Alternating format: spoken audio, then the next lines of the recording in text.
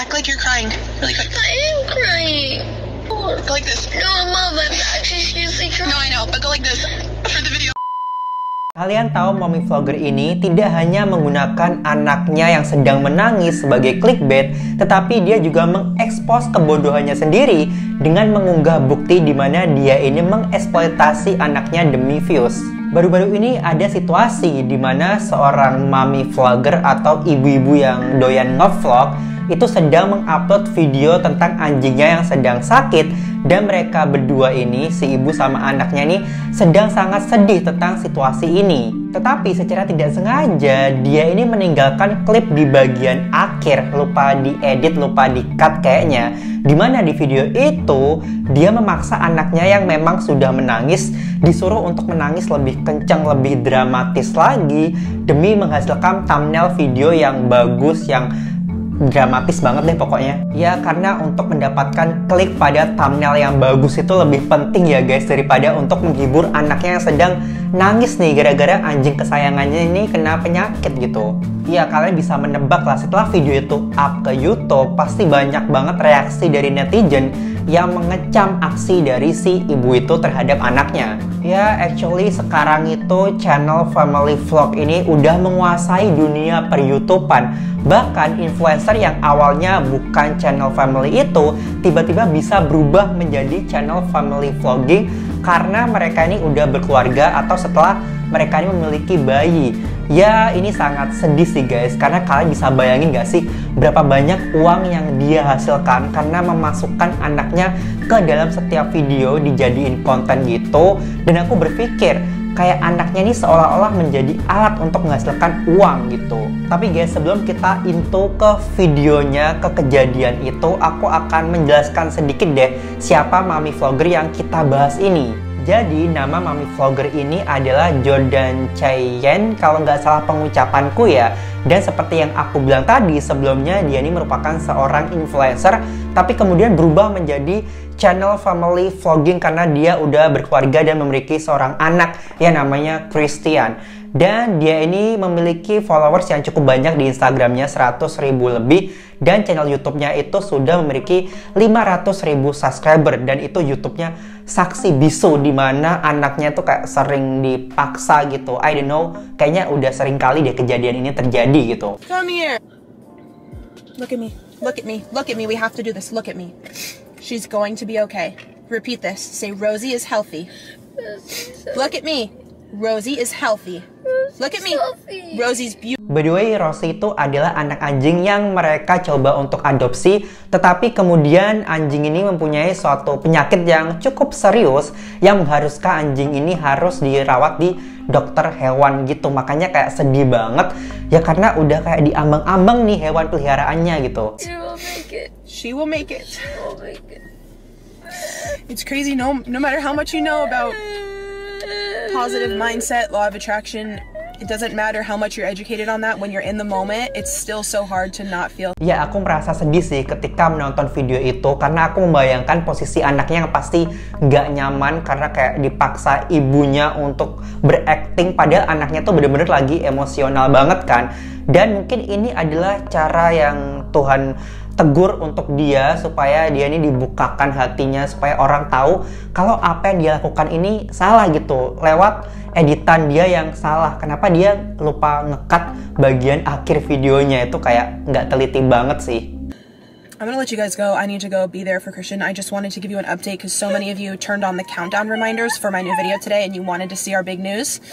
Dan itu tadi detik-detik sebelum terjadinya lupa nge-cut itu, dia berkata dia harus pergi, dia harus bersama Christian untuk menghiburnya. Dan dari situ dia masih kelihatan seperti ibu yang baik ketika dia ini benar-benar mematikan kamera. Tetapi kenyataannya pas dia mematiin kamera ada klip yang dia lupa untuk nge-cut di situ. Nah dari situ viral dan orang-orang berpikir kalau ini ibu jahat gitu. If you could pray for us, we appreciate it. I love you guys. Bye.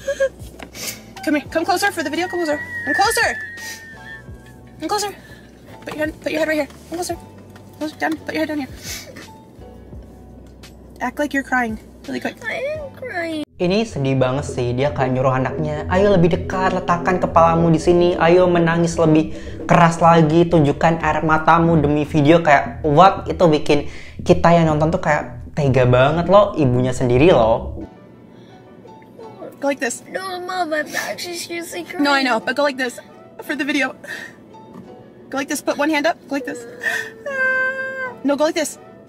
Put your hand like this. I mean, kejadian seperti ini aku rasa bukan kali pertama dia lakuin. Mungkin selama pembuatan video bersama anaknya, mungkin anaknya mendapatkan pemaksaan kayak begini, suruh begini, begitu. Jadi ya waktunya terbongkar aja ya, apesnya dia aja ya nggak sih guys. Sayangnya orang-orang udah banyak yang ngelihat, dan setelah kejadian itu banyak banget kebencian yang dia terima, dan dia ini sudah dicap sebagai ibu yang buruk karena udah mengeksploitasi anaknya sendiri. Lalu setelah dia sadar kalau ada yang salah sama videonya, dia langsung men-take down videonya. Tapi sayang seribu sayang, netizen kita, bukan kita sih, netizen kan jempolnya cepet banget. Jadi videonya udah langsung di-save dan langsung menyebar begitu cepatnya, dia langsung auto viral. Sebagai tanggapan atas reaksi yang dia terima, akhirnya dia ini membuat semacam video klarifikasi yang kayak kurang tulus, kurang ikhlas, tapi di situ dia menceritakan tentang apa yang terjadi, dan dia ini merasa pantas mendapatkan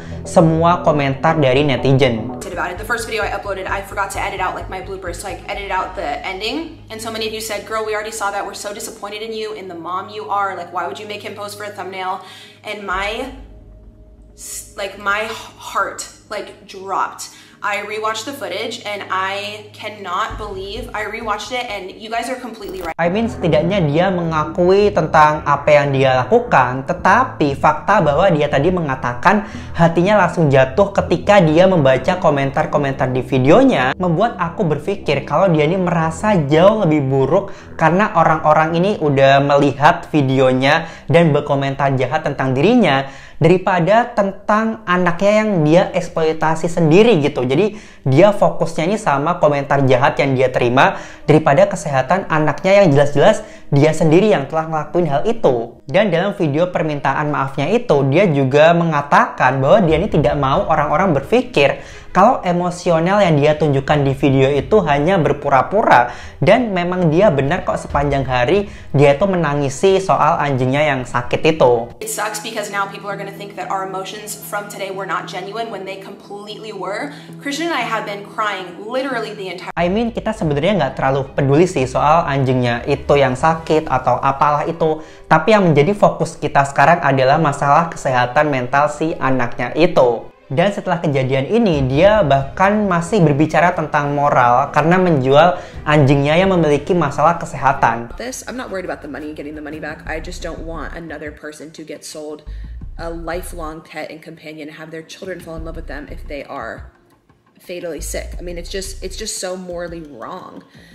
I mean, maksud dia secara moral salah kali ya menjual anjingnya yang sedang sakit. Padahal kan kalau misalkan kita udah komitmen untuk melihara seekor hewan, harusnya kita harus menjaga sampai akhir dan tidak boleh dijual atau dibuang ketika si hewan peliharaan itu kayak mendapati masalah atau mengalami sesuatu yang tidak diinginkan gitu. Jadi harusnya kita merawatnya, menjaganya, bukan kalau ada masalah kesehatan gitu langsung dijual itu hewan, nggak boleh gitu guys. Lalu setelah itu dia muncul lagi dengan membuat video permintaan maafannya yang mengatakan bahwa mulai hari itu atau detik itu dia telah memutuskan untuk mengeluarkan atau tidak lagi menunjukkan anaknya di konten-konten YouTube-nya. As well, after 8 years of vlogging, I am making the decision to take Christian completely off my channel. This is not because of the hate or the backlash I'm getting right now, which is absolutely fucking so much and terrible and death threat. Ya, ini bagus sih, dia udah komit untuk tidak menunjukkan anaknya di video-videonya. Tapi cara dia tentang fokus banget tentang dirinya yang mendapatkan kebencian dari berbagai belah pihak, itu membuat seolah-olah dirinya itu sebagai korban.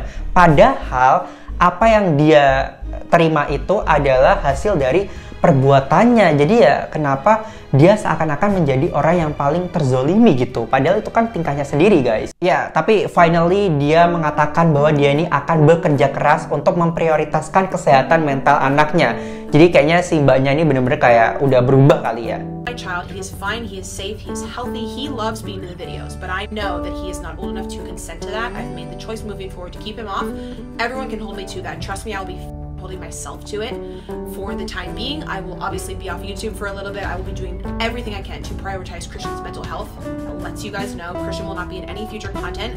I am horrified and disgusted with myself that I got to that level that I would even prioritize. Dan setelah kejadian itu, sepertinya dia benar-benar menonaktifkan semua sosial medianya. But I don't know sampai kapan dia melakukan itu. Jadi kita tunggu aja. Ya, jadi itu aja guys cerita soal ibu yang memaksa anaknya untuk membuat video dan ketahuan.